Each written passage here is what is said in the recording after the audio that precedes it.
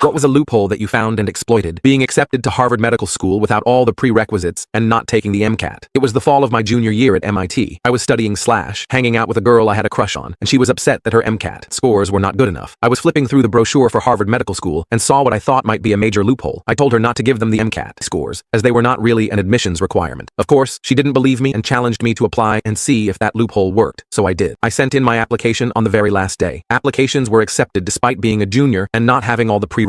Finishing my application at 4 a.m. after studying for a couple exams and doing a problem set or two. Not surprisingly, a few weeks later I received a letter from the Dean of Admissions for Harvard Medical School, informing me that there was no record of me having taken the MCAT, so unless their information was incorrect, they would have to withdraw my application. I called up the admissions office and after several tries was finally able to speak to the dean. Dean Paul, I received a letter telling me that you would have to withdraw my application because I haven't taken the MCAT. I understand. Is that incorrect? Have you taken the MCAT? He responded. No, I haven't, I said. Well, then I'm sorry, but we will have to withdraw your application. The MCAT is an admission requirement for Harvard Medical School. With all due respect, sir, I beg to differ. The MCAT is not an admission requirement for Harvard Medical School. Getting somewhat irritated, he responded, wait, you're telling me the Dean of Admissions what the admission requirements are? Yes, sir. I believe you are referring to the paragraph on page 29 that lists the entrance requirements for Harvard Medical School and includes the MCAT on that list. Yes, exactly, he said. Well, it clearly states that the MCAT is an entrance requirement. It doesn't state that the MCAT is an admission requirement. So if you admit me in April, I will gladly take the MCAT over the summer and have it for you by the time I enter in September. I don't think that's what it means, he said. I responded. I realize it may not be what you intended, but I've checked with 2 of my linguistics professors, and they agreed that is what the paragraph means.